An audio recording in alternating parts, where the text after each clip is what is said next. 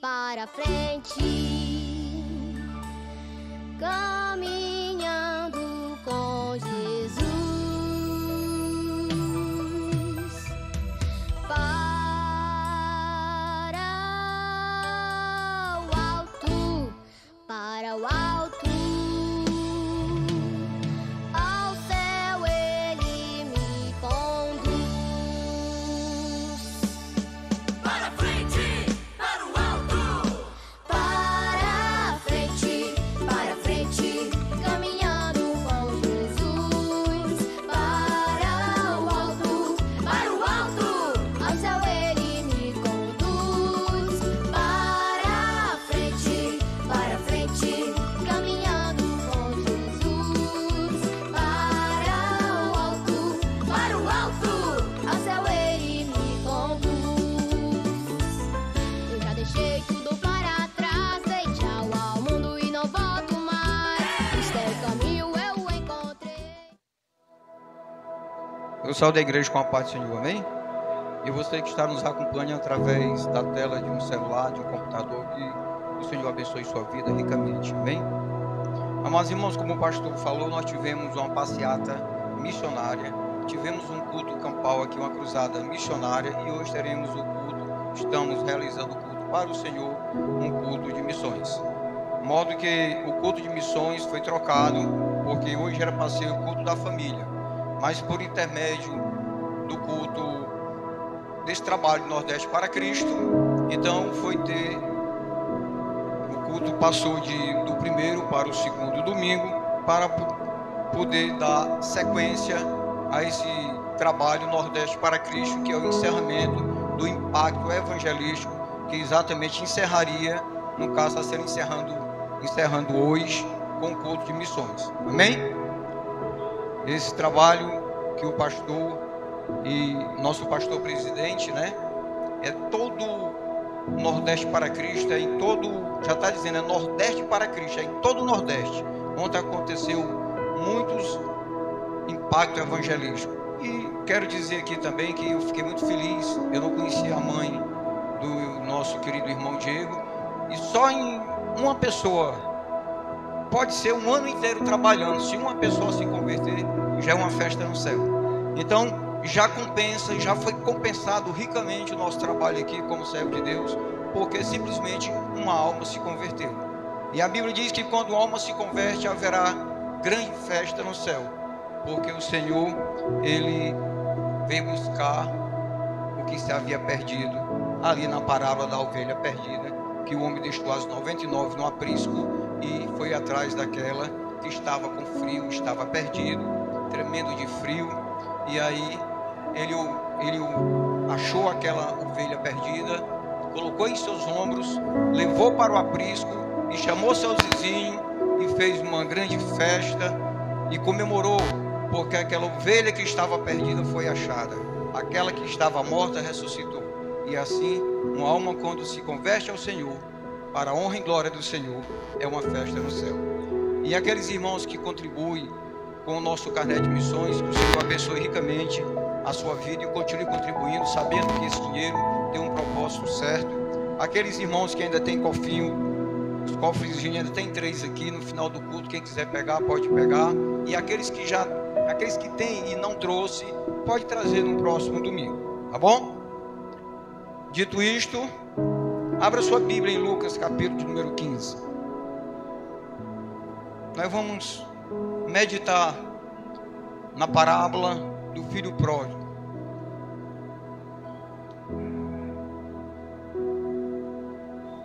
Parábola esta que nos mostra a devassidão do pecado no coração de um jovem. Porque ontem nós estávamos com os nossos pés no charco de lodo da lama do pecado, e hoje estamos com os nossos pés na rocha verdadeira, que é Cristo, porque um dia alguém pregou para nós, amém? Você está aqui porque alguém um dia foi até você e pregou o evangelho de Cristo Jesus, que Ele salva, batiza, cura as feridas, coloca em seus braços, e um futuro muito próximo nos levará para o céu. Quem crê nessa palavra? Diz assim: e disse Um certo homem tinha 2 filhos, e o mais moço deles disse ao pai: Pai, dá-me a parte da fazenda que me pertence. E ele repartiu por eles a fazenda. E poucos dias depois, o filho mais novo, ajuntando tudo, partiu para uma terra longínqua, em outras versões, distante. E ali desperdiçou a sua fazenda, vendo desoladamente. Esses 3 versículos. O que quer dizer? Que ele perdeu tudo, ficou sem nada, gastou tudo que tinha, toda a fazenda. Deus forte, Deus amado, Deus Criador, te peço neste momento que não seja eu que venha falar, mas que o teu Espírito Santo me use como instrumento em tuas santas mãos. Glória a Deus. Amados, este jovem, como muitos aqui são jovens e já foram jovens, ele queria conhecer o mundo, ele queria sair de perto de seu pai. Muitas das vezes nós temos esse desejo de sair de dentro de casa. Muitos jovens até sonham: eu quero morar só, eu quero fazer 18 anos porque eu quero ser dono do meu nariz, eu quero ser de maior.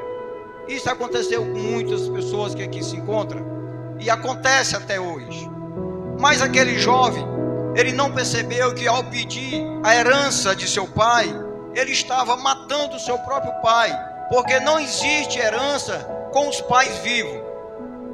Então naquele momento, quando ele diz: Pai, me dá a parte que me pertence da fazenda, essa parte eu quero. Mas o pai foi tão bondoso, não só com ele, mas com os 2. Ele dividiu em partes iguais, tanto para o filho mais velho, como para o filho mais novo. E dividiu a fazenda ao meio. Mas como o filho mais velho ficou na fazenda, logicamente o pai cuidando de tudo que ali havia e que ali tinha. Mas o seu filho mais novo, ele saiu para uma terra distante e despedaçou tudo que tinha, toda a riqueza que ele tinha, tudo que ele tinha ali, ele despedaçou. Ele acabou com tudo, ficando sem nada. O versículo 14 diz assim: e havendo ele, continue com a sua Bíblia aberta, eu sei que está num projetor ali, mas às vezes a versões é diferente. E havendo ele gastado tudo, houve naquela terra uma grande fome, e começou a padecer necessidade. Veja você, que seu pai te dá um bom dinheiro, você se torna um homem bem de vida, e você vai para um lugar longe, onde não tem pessoas da sua família para lhe dar a mão, mas sim tem pessoas interessadas em tirar e tentar roubar o que você tem. Amados irmãos, muitas das vezes nós temos a nossa salvação, e o que o inimigo quer roubar de cada um de nós é a nossa salvação. Por isso que a Bíblia diz: cuidai com as vossas coroas, para que o inimigo não roube.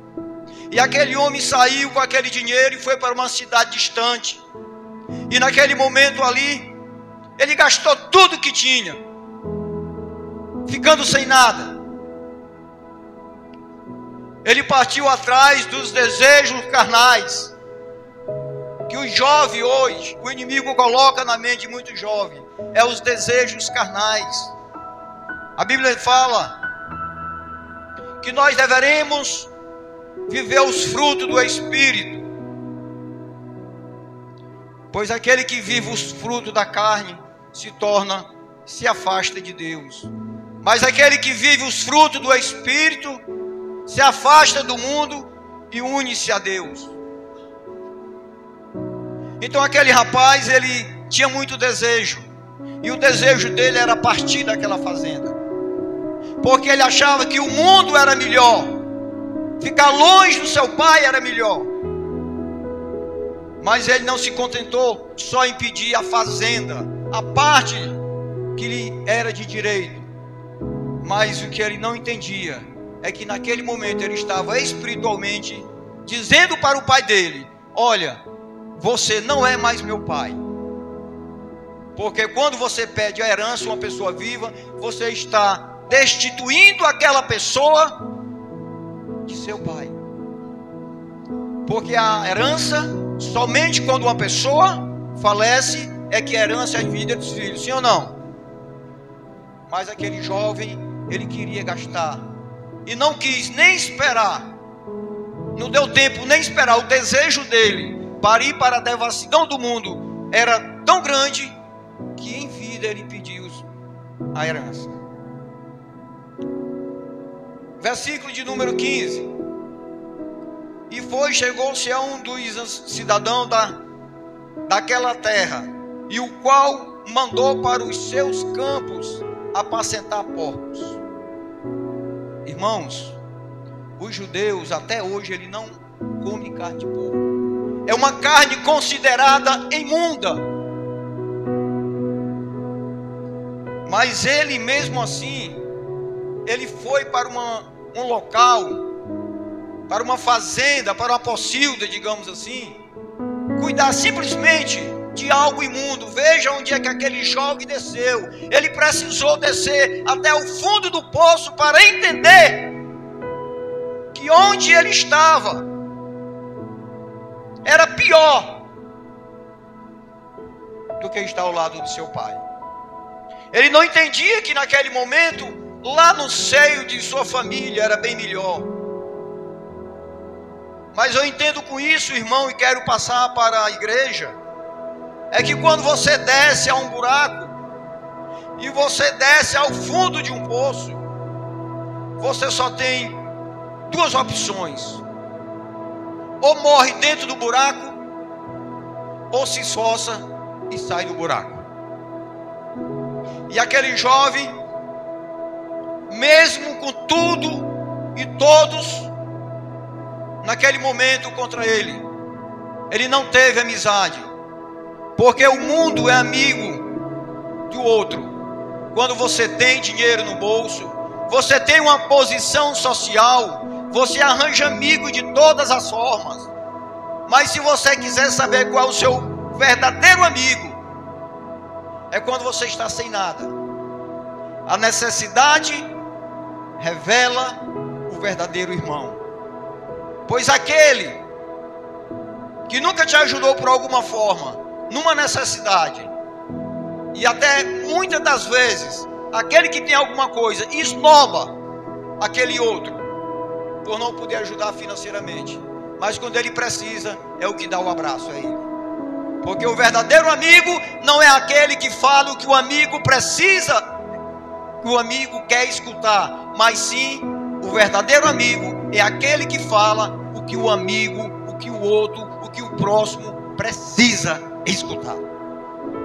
Seja palavra de conforto ou palavra de repreensão, o verdadeiro amigo é aquele que diz a verdade. Simplesmente a verdade. E eu lembro na passagem quando Jesus disse: olha, eu sou a verdade, eu sou o caminho e eu sou a vida. Ninguém vem ao Pai se não for por intermédio de mim.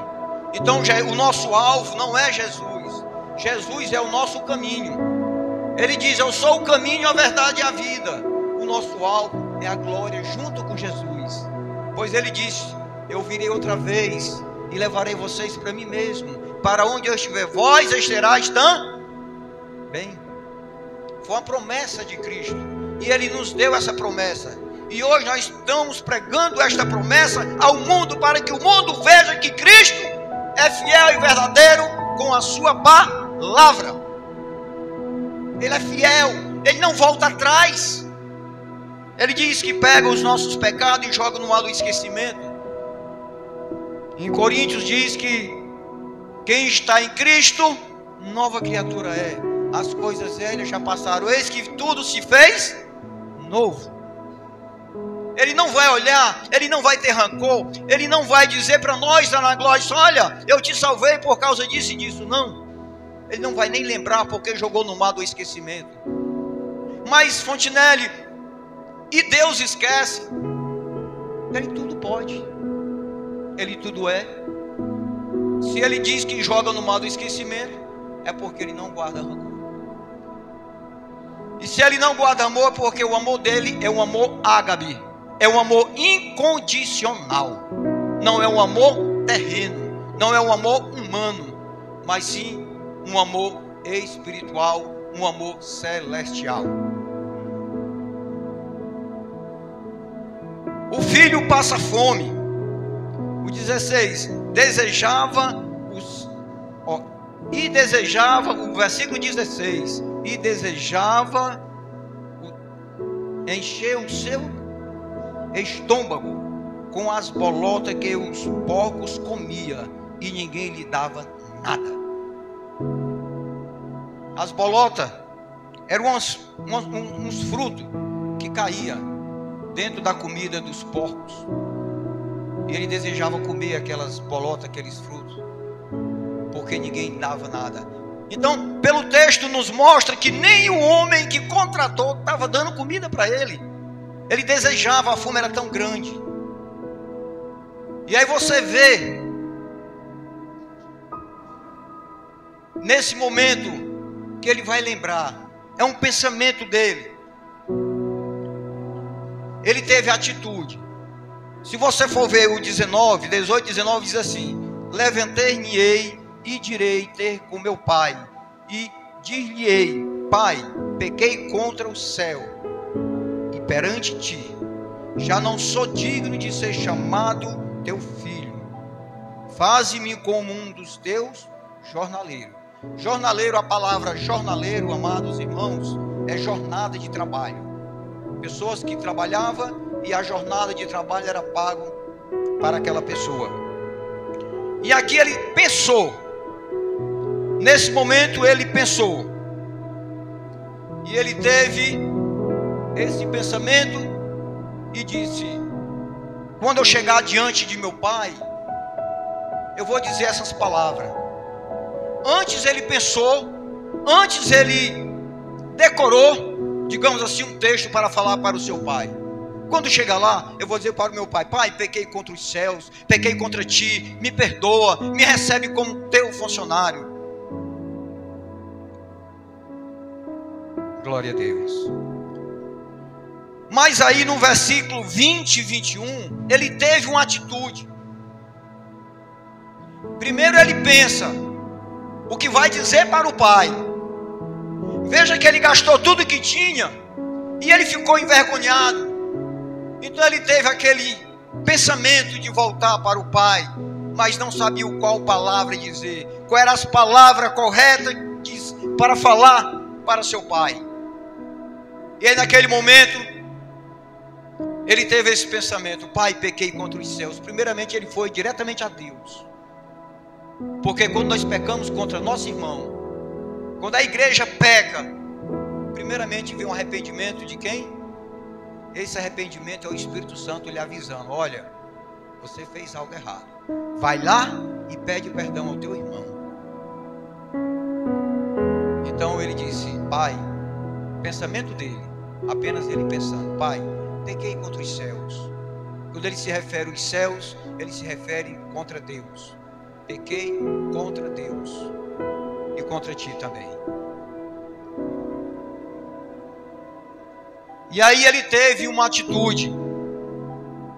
O versículo 20 e 21 diz assim: e levantando-se foi para seu pai, e quando ainda estava longe, viu o seu pai, e se moveu de íntima compaixão, e correndo lançou-se-lhe ao pescoço e o beijou. Isso nos mostra que todos os dias o pai dele ficava lá naquele canto esperando o momento que o filho viria, para que ele pudesse abraçar aquele filho, beijar e dizer: filho, seja bem-vindo. Porque a Bíblia diz que assim que ele veio para seu pai, de longe o seu pai o avistou. Então o texto nos mostra que o pai sempre fazia guarda naquele momento, certa hora, para ver se seu filho aparecia. Porque ele sabia que a cabeça de um jovem não tem maturidade para entender o que é receber uma herança. Ele já sabia. Ele não se afastou do seu filho em nenhum momento. foi o Filho que se afastou do Pai. O Espírito Santo não se afasta de nós. É nós que nos afastamos do Espírito Santo de Deus. Aí muitas pessoas dizem assim: eu saí da igreja porque eu não gostei do irmão. Eu saí da igreja porque o irmão falou com um que estava perto de mim e não deu a paz do Senhor para mim. Irmão, tu veio aqui para agradar o Senhor. Tu está servindo o homem ou os homens? Nós temos que servir a Deus. Nós temos que servir a Deus. Não tem outro termo. Nós não viemos aqui para servir a irmão, a ciclano. Nós temos que fazer o que agrada ao Senhor. Não podemos agradar os homens, porque no momento que você agrada o homem, você desagrada a Deus. Porque nós não estamos aqui para agradar o homem. Tudo bem que uma igreja ela tem uma hierarquia. Eu tenho meu pastor, nós temos o nosso pastor. Devemos respeito, porque é bíblico, está na Bíblia. Mas mesmo sendo meu pastor, e se eu tiver algo, e se ele pregar uma doutrina contra a palavra de Deus, eu vou desconsiderar. Porque Paulo, quando estava pregando, a multidão conferia, saber se o que Paulo estava falando estava escrito na palavra de Deus. Mesmo Paulo sendo grande teólogo, todos eles conferia, os bereanos, conferia se o que o Paulo estava falando estava escrito na palavra de Deus. Tudo que é fora desta palavra é de procedência maligna, porque esta palavra é fiel e verdadeira. Agora tem uma coisa muito importante.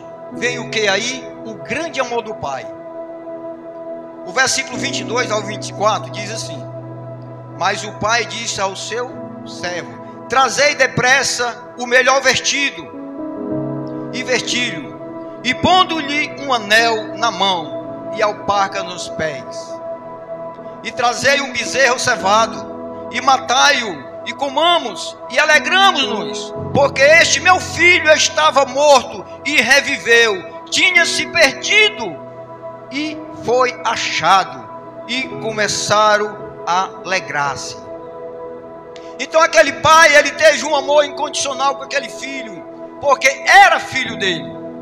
Mas por qual motivo ele mandou trazer um vestido? Por qual motivo ele mandou trazer um anel e colocar em seu dedo? E por qual motivo ele trouxe sandálias para colocar em seus pés? Tudo isso tem uma simbologia, tudo isso tem uma razão. Quem é pai aqui, levante a mão. Você deixaria seu filho andar descalço? Você deixaria seu filho andar nu, rasgado?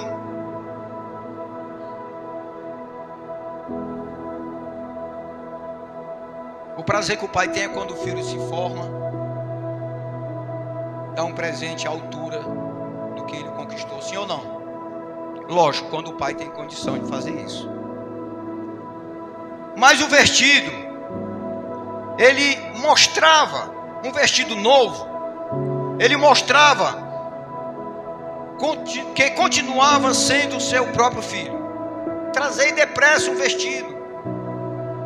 Mas só que o filho não queria nem essas coisas. Ele disse: pai, pequei contra ti, pequei contra os céus, eu não sou digno de ser chamado teu filho. Mas o pai não quis ouvir o que ele quis dizer. O pai não quis ouvir os pecados dele, igreja.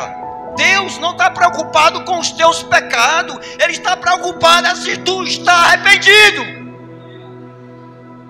Não adianta nós estar dentro da igreja esquentando o assento e lá fora com outra conduta que não é de um cristão.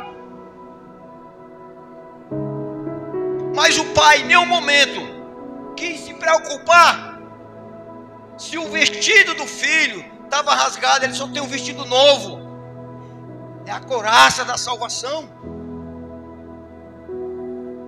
Então, um vestido, trouxeram os seus servos um vestido novo, que representava ali, que ele continuava sendo seu filho, mesmo o filho dizendo: olha, eu não quero ser teu filho mais, eu já te matei, já pedi herança, eu quero ser apenas teu funcionário. E ele disse: trazei o anel. O anel representa o favor paterno e o poder de ser filho dele novamente. Porque todo filho de Senhor, ele era bem vestido, tinha anel no dedo para mostrar que ele era filho daquele homem. Porque antigamente todos os anéis de uma família tinham um símbolo de uma família, como o do rei, que ele lacrava uma carta, botava a cera e colocava ali o símbolo do anel. Então toda a família tinha um anel, um símbolo de um anel. E ele deu aquele anel para dizer que eu te dou todo o poder de se tornar o meu próprio filho novamente, mesmo voltando desta forma, maltrapilho, mesmo não querendo ser meu filho mais, mas eu estou vendo a tua humilhação.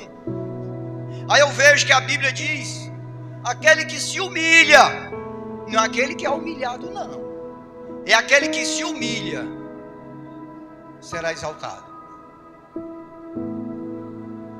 E ao parca nos pés, só os filhos andam calçado. Antigamente, os escravos, os servos, eles andavam mesmo com o pé no chão. E apenas os filhos dos senhores andavam bem vestidos. E o que é que nós entendemos nesse momento? É que Deus já tirou os teus pés do charco de lodo, da lama do pecado, e colocou tu numa rocha verdadeira. É o sapato da salvação. Não tem como mais ou menos. Não temos mais como menos, porque o Senhor Jesus, Ele é verdadeiro, Ele é fiel e nos mostra. O versículo 25, no mesmo capítulo, do capítulo 15, diz assim: e o seu filho mais velho estava no campo, e quando veio e chegou perto da casa, ouviu a música e as danças, porque o pai estava fazendo um banquete, porque seu filho estava morto e reviveu. O seu filho estava perdido e foi achado. E o pai se alegrou, como almas se converte ao evangelho aqui na terra, tem festa no céu.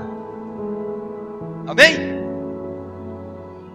Mas o moço, mas o irmão mais velho, ele ficou surpreso. E o 26 diz assim: e chamando um dos servos, perguntou-lhe que era aquilo. E ele disse-lhe: veio teu irmão e teu pai matou um bezerro cevado, porque o recebeu sã e salvo. Então o 28 diz assim: mas ele se indignou. Olha, ele se indignou e não queria entrar. E saindo o pai estava com ele. Naquele momento o irmão dele chega do campo, cansado, trabalhando, e ali ele se depara com uma grande festa, mas ele não entende que festa é aquela, porque ele mesmo nunca tinha feito uma festa daquela. Se você for ler o resto do texto, ele diz: meu pai, tu nunca me deu nenhum cabrito para comemorar com meus amigos, e o meu irmão que levou a parte da fazenda, tu desse tudo para ele. E ele disse assim: meu filho, todo o resto dessa fazenda é sua.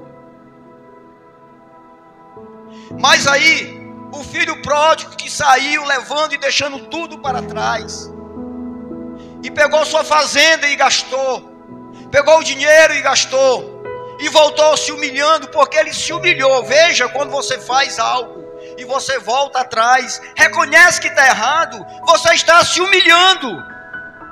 Mas o pai foi tão bondoso, porque o amor do pai era tão grande, e aí ele colocou sapato nos pés, roupa nova, anel do dedo, e fez uma festa, matou um bezerro, comemorou. Aquele filho, muitos teólogos Historiadores dizem que era um filho que foi para a devassidão do pecado, imoral, procurar realmente a devassidão do pecado, e é correto. E o filho mais velho representa aquele certinho, representa aquele filho que nunca saiu do lado do pai. Porém, existe um risco muito grande para aquele filho mais velho, porque ele era muito religioso. O que mostra no texto, a analogia do texto, é que o filho mais velho representa a religiosidade. Ele era muito religioso. E aí corre o risco dos dois se perderem. Vamos conjecturar. Se o crente hoje tem a metade do filho pródigo e a metade do filho mais velho, seria um crente 100%. O primeiro, mais jovem, um que se arrependeu, se humilhou, voltou para o pai. E o segundo, aquele religioso, que faz tudo que o pai manda, porém, não conhecia o amor verdadeiro do pai. Então nós temos que ter esse entendimento. Entendimento este. O versículo 32, do mesmo capítulo de número 15, diz assim: mas era justo alegrarmos, isso é o pai falando para o filho mais velho, mas era justo alegrarmos-nos e rogarmos, porque este teu irmão estava morto e reviveu, e tinha se perdido e achou-se. Ou seja, quando ele diz achou-se, não é que o pai foi buscar ele, não é que o pai achou ele, e achou-se. Ele pensou, ele meditou, ele raciocinou, e aí ele voltou. Ele deve ter pensado assim: rapaz, eu tenho que voltar para a casa do meu pai, porque desta forma não vai dar para mim. Eu tenho que voltar, porque lá é o local de onde eu nunca deveria ter saído, que é o lado do meu pai. Então nós temos esse entendimento, que o Senhor está literalmente te chamando nesta noite. O Senhor está chamando você para ceiar com Ele, pois Ele quer matar um bezerro cevado. Ele está fazendo grande festa no céu por uma alma que se salva. E aqui nesta noite, se tem uma pessoa que ainda não é convertida ao Evangelho, ou que está afastada da casa do Senhor, ou está amargurado com alguma coisa, você vai ter a oportunidade de vir até aqui à frente para pedir ao Senhor por você mesmo, para que nós venhamos orar, para que nós venhamos estar aqui intercedendo por você, a direção da igreja. Ontem foi um culto maravilhoso, do qual se converteu, foi sua irmã, de 3 pessoas, 3 almas se converteram ao Senhor. Então isso é uma bênção, vale a pena trabalhar para o Senhor. Agora eu faço uma pergunta à igreja, eu vou fazer uma pergunta, eu mesmo vou responder. Se pregar o Evangelho, se dizer que o nome de Jesus salva, liberta, e é tão gostoso, imagine como não será essa festa no céu quando todos nós nos encontrarmos lá. Amém? Se somente aqui no céu, somente aqui na terra é bom servir a Deus, imagine lá no céu. Amém? Então nós temos que ter essa oportunidade. Eu queria pedir para a igreja se levantar, que eu queria orar para vocês. O pastor me pediu que terminasse 7h30. Como eu sou obediente, eu tenho que terminar esse horário. Amém? Então vai ter cesta básica, né? Irmãos,